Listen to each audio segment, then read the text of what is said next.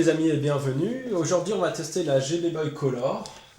Je ne sais pas si certains d'entre vous ont déjà entendu parler de cet appareil, mais c'est une copie, on va dire, de la Game Boy Color qui était sortie à la fin des années 90 et qui est compatible avec les jeux originaux Game Boy. Donc c'est ça qui est très intéressant.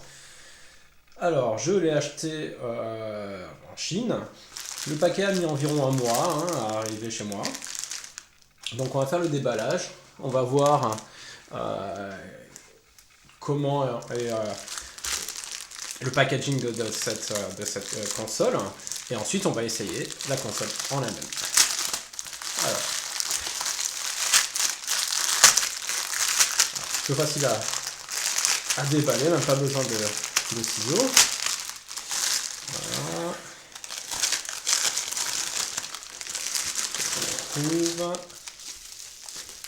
Donc, comme vous voyez, c'est bien enveloppé dans du papier bulle. Voilà.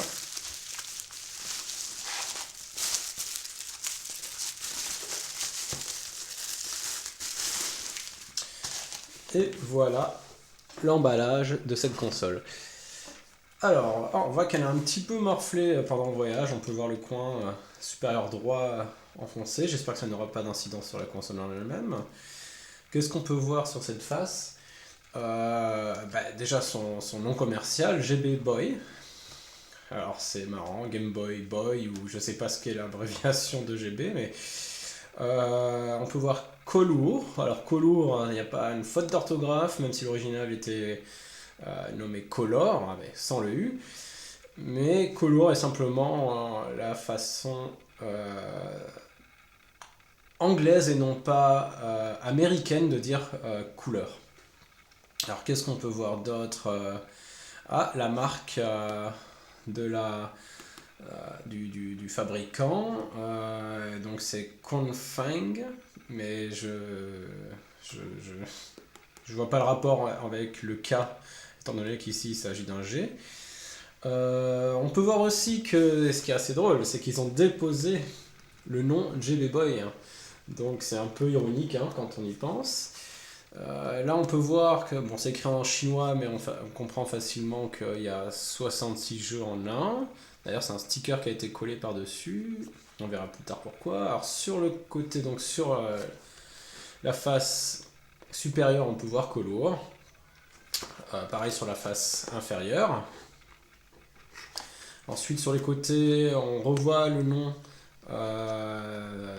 de la console avec les différents modèles qui sont disponibles. Donc il y a le violet, un peu comme l'original de la Game Boy Color, le vert, un bleu ciel. Et de l'autre côté on peut voir les consoles qui ne sont pas transparentes, donc la jaune, la verte et la bleu-violet. On va savoir que moi sur les sites, quand j'ai recherché cette console, je ne voyais que les couleurs translucides et la jaune qui n'est pas transparente. La verte et la violette, je les ai jamais vues en vente. Derrière, qu'est-ce qu'on a? On a les spécifications, donc on peut voir une photo de la console avec écrit encore la marque. On peut voir aussi des spécifications écrites en chinois, donc elles sont reportées en anglais juste en dessous. Donc ils disent 56 couleurs mixées parmi 32 000, donc ça veut dire que la console en elle-même ne pourra utiliser que 56 couleurs à la fois. Un nouveau style de construction et d'économie, pardon. Power Technology, donc j'essaie de faire, excusez-moi, la traduction en direct. Donc c'est en gros, ils ont revu la construction de la console, en gros pour améliorer aussi on va dire la consommation électrique. Elle supporte le jeu en réseau. Je vous rappelle que la console originale, elle avait un port Link qui permettait de connecter les consoles entre elles. On a plein de couleurs parmi lesquelles on peut choisir sa console, super. Et là, ce qu'ils disent, et ce qui est vrai, New Front Light Screen Much More Better, ce qui veut dire simplement que l'écran est rétroéclairé par l'avant a priori, et ils soulignent bien que c'est bien mieux que l'original finalement. Après, qu'est-ce qu'on peut voir? Un code barre, des inscriptions en chinois avec des numéros de téléphone, et voilà, c'est à peu près tout, hein. On peut aussi voir que le coin inférieur droit a aussi morflé lors du transport, donc c'est quand même il a pris des deux côtés. Bon, après, c'était pas l'emballage qui était rigide, donc ça se comprend. Alors, on va l'ouvrir pour voir ce qu'il y a dedans. Voilà.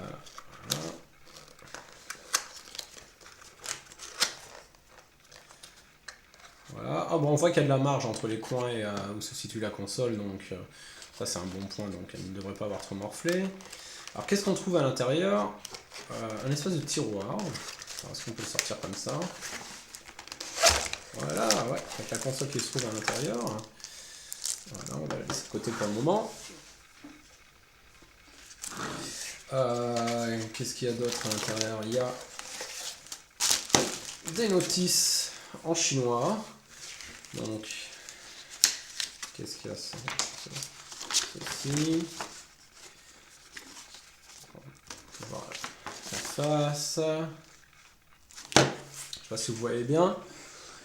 Bon, c'est pas très intéressant, mais là, ils ont fait un schéma de la console pour expliquer qu'est-ce qu'il y a. Ah, il y a une petite annotation qui est intéressante, parce que je lis le chinois parfaitement. Elle est IP67, donc vous pouvez jouer dans votre baignoire avec. Non, en fait, je rigole, je lis pas du tout le chinois. Donc, on va laisser ça de côté, c'est pas intéressant. Ça, c'est quoi d'autre? Superbe. On dirait une carte de garantie. Voilà, c'est sûrement ça même, hein, c'est sûrement une carte de garantie. Enfin bref, vu que je ne parle pas le chinois. Donc la console en elle-même, bon, elle est dans un petit sachet plastique, on va l'ouvrir de suite.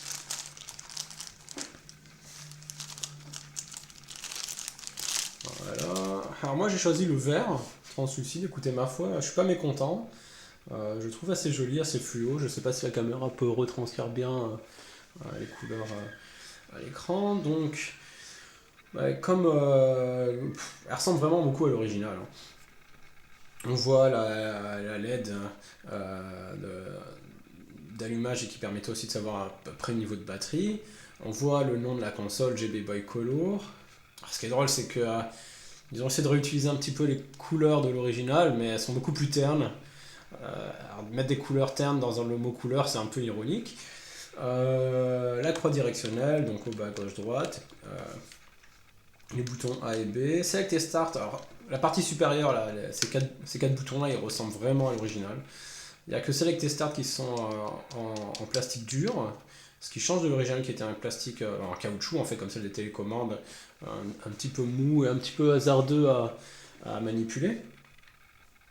On peut voir le haut-parleur ici. Sur le côté droit, le bouton on-off. Sur l'arrière, donc les annotations donc, de la marque GB Boy, GB Boy Color. On peut voir que on peut mettre du 3 volts à 200 mAh. Alors deux batteries AA, ça c'est comme l'original. Un numéro de série. Voilà, le capot des piles. Vous voyez, elle est particulièrement fluo.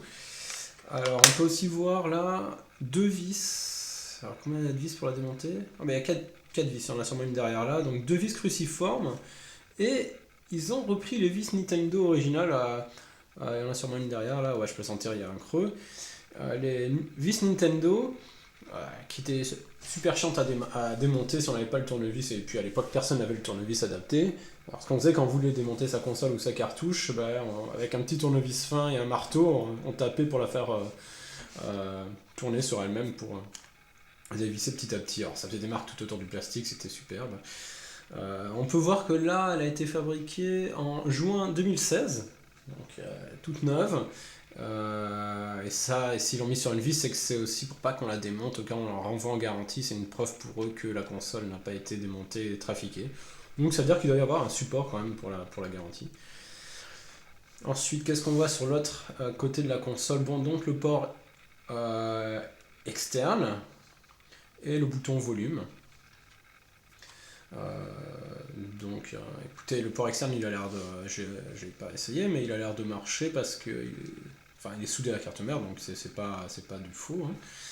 À la face supérieure, on peut voir donc le port cartouche, hein, évidemment, hein, pour mettre les cartouches originales de la Game Boy. Et un port infrarouge. Alors celui-là, il a l'air d'être totalement faux, comme on peut voir sur la face arrière. Il n'y a aucune LED infrarouge, aucun élément qui permettrait d'envoyer de l'infrarouge à travers ce port. Il est juste placé pour ressembler à l'original. Donc bon, après, sincèrement, je l'avais jamais utilisé sur les consoles Nintendo, donc ça me manquera pas trop.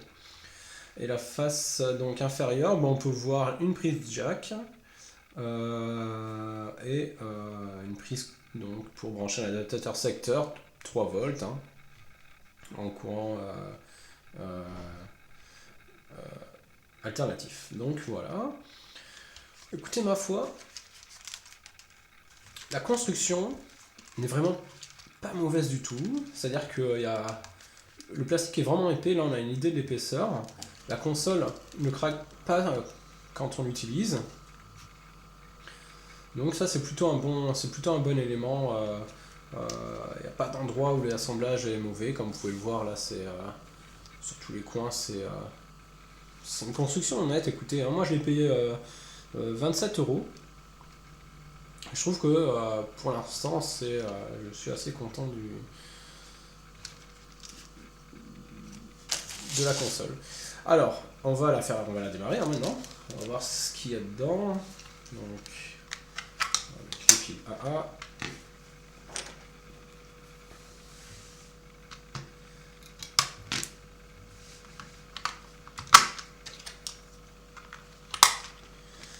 Voilà. Alors, il y a apparemment un petit film plastique sur l'écran. Je pense que c'est plutôt pour le transport qu'un film pour protéger l'écran dans la vie de tous les jours. Mais pour l'instant, je vais le laisser car ça évite de faire des mauvais reflets qui seront embêtants pour vous lorsque vous visionnerez cette vidéo. Alors, on va l'allumer. Donc, le bouton est là sur le côté. Ah, le même son donc, que la console originale, ça c'est marrant. D'ailleurs, on voit qu'ils ont écrit Color Game Boy, donc ils ont quasiment pris le nom original de la console hein, dans le menu. Ils ont simplement inversé les deux mots. On peut voir qu'il y a écrit 188 en 1. 188 en 1. J'y crois pas trop, étant donné que sur la boîte il y a écrit 66 en 1. D'ailleurs, c'est un sticker qu'ils ont rajouté par-dessus. Ça m'étonnerait pas que ce soit des jeux redondants et qu'à la fin, par souci de noter peut-être, ils aient modifié leur emballage pour dire le vrai nombre de jeux qu'il y a dedans. Ça arrive souvent sur les consoles chinoises. Donc qu'est-ce qu'on peut voir? On descend dans le menu. Donc on peut voir il y a quoi comme jeu? Il y a Contra, je sais pas ce que c'est, Super Mario Land, Bugs Bunny, Parasuru Kanbei, Gogo Tank, Tenchi Wokurao, Donkey Kong, Aladdin, Mario Yoshi, DuckTales. Enfin bref, je vais pas tous vous les faire, mais bon. Pac-Man. Il y a l'air d'avoir pas mal de jeux japonais et chinois, donc on connaît peut-être pas en Europe. On va voir vite fait un tour. Master Karaté. Donc la console en elle-même est assez réactive. Hein. Elle marche normalement. Bon, on va essayer un jeu directement, un des premiers jeux. On va essayer Super Mario Land. On démarre, on l'a vu, on fait Start. Voilà. Ah bah comme la vraie, on peut choisir la couleur au démarrage parce que je vous rappelle qu'elle peut choisir les couleurs à la volée, enfin appliquer des couleurs au jeu qui étaient à la base en noir et blanc. Elle peut leur rajouter des couleurs à la volée. Alors ce qui est marrant, c'est que vous voyez, si je continue d'appuyer sur la croix directionnelle, elle va jamais booter le jeu, elle va toujours me laisser le choix des couleurs affichées. J'ai aucune idée lequel choisir, ça ne me dit pas grand chose. On va partir sur le bleu, blanc-bleu là. Alors, est-ce qu'on entend? Il n'y a pas de musique Non, j'étais déjà au maximum. Il n'y a pas de musique sur le menu original de Super Mario. Ça me paraît bizarre. Ah bah voilà, il y a le... Alors comme on peut voir, bah, le son est très bon. Bon, voilà, je suis très fort aussi. Le son est très bon. Les commandes elles répondent tout à fait normalement, donc il n'y a pas à se prendre de ce côté-là. On peut voir une chose. Hop là. On peut voir une chose, c'est que le ratio de l'écran est un peu différent de l'original, donc ça veut dire que elle étire un petit peu les graphismes vers les côtés. Donc ce qui rend des graphismes... Par exemple Mario, on peut voir clairement qu'il est un petit peu écrasé. Mais après sincèrement c'est pas quelque chose qui me choque vraiment. Bon, à savoir que l'original avait un écran carré, donc on va dire équivalent d'un 4 tiers. Et là ça serait plutôt une image 16 neuvième. Ah, je dirais entre les deux, elle n'est pas trop étirée non plus. Les angles de vision... Écoutez, les angles de vision ils sont pas mauvais du tout, hein. Ouais, bon, sachant que c'est pas trop une console qu'on va utiliser déportée par rapport à sa tête, donc enfin je sais pas si vous voyez ce que je veux dire. Mais par exemple là moi pour faire cette vidéo je suis pas assis en face de la console parce que c'est la caméra qui est en face et je vois très bien ce que je fais. Donc je trouve ça assez sympa. Allez, on va continuer. On va voir si on voit des trucs bizarres. Voilà, on est dans le... Alors vous voyez là. Alors vous voyez, donc elle a appliqué du bleu sur les tuyaux, sur le sol, sur les nuages, sur le ciel, donc ça c'est ce qui est bon. Mario est rouge, un peu rose pour la tête, donc c'est pas trop mauvais. Écoutez, on va la redémarrer, la console, juste pour appliquer une autre couleur pour voir qu'est-ce que ça donne. Allez hop.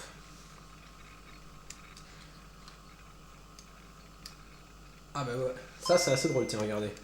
Ah bah là, forcément. Il y a une rémanence de l'image quand on la redémarre, donc bon, on va voir ce que ça donne.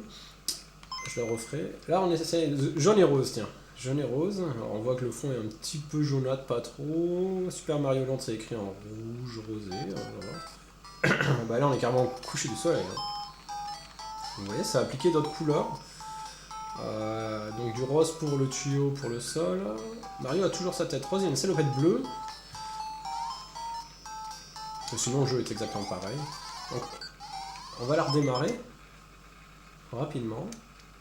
Alors, ce qui est marrant, c'est quand on la redémarre, on revoit la dernière image sur laquelle on était auparavant.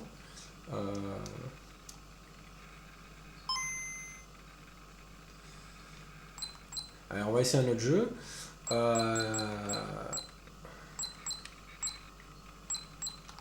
Aladdin, tiens. J'ai jamais joué à Aladdin sur Game Boy. J'ai joué beaucoup sur Mega Drive, mais c'est marrant parce que il a l'air d'être exactement le même début. MMS Software Ltd. Ah, c'est étonnant, je vais baisser un peu le son. Ça m'étonne parce qu'il me semble que sur Super NES, Aladdin avait été développé par un autre studio que celui de la Mega Drive. Et d'ailleurs, ils avaient totalement chié celui sur Super NES, donc j'ai l'impression que ça, c'est celui de Mega Drive qui est porté sur la Game Boy. Ah oui, c'est carrément, carrément ça. Bon, on va repasser en normal parce que... Start.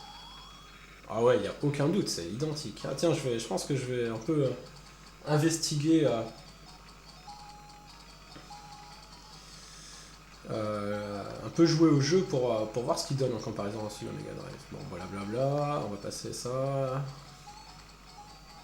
La fois, c'est quasiment le même. Même l'animation du personnage, d'ailleurs, elle me bluffe pour cette console. Alors, ce qui est assez marrant, je sais pas si vous voyez, c'est qu'il y a un petit contour blanc autour d'Aladin et autour des persos qui bougent.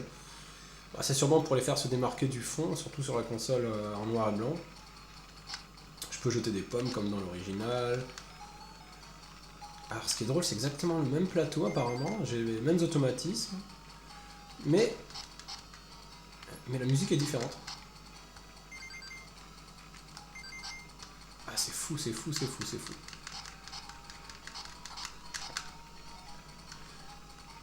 Ah, le chameau. On va lancer l'animation. Ah oui, l'animation est exactement la même. Un peu au ralenti, mais... Franchement, là, pour une console de cette puissance-là, là, il me bluffe. Hein. Enfin bref, on n'est pas là pour tester Aladdin. Peut-être que je ferai une vidéo pour le test de Aladdin sur Game Boy. Enfin sur GB Boy, qui sait. Hop. On va redémarrer. Alors on va refaire l'essai, on va redémarrer rapidement pour voir si ça me laisse... Quoi qu'on va laisser un petit peu plus de temps pour voir combien de temps la rémanence tient en fait finalement. Donc là on peut voir, je sais pas si vous pouvez voir la caméra mais... Ah.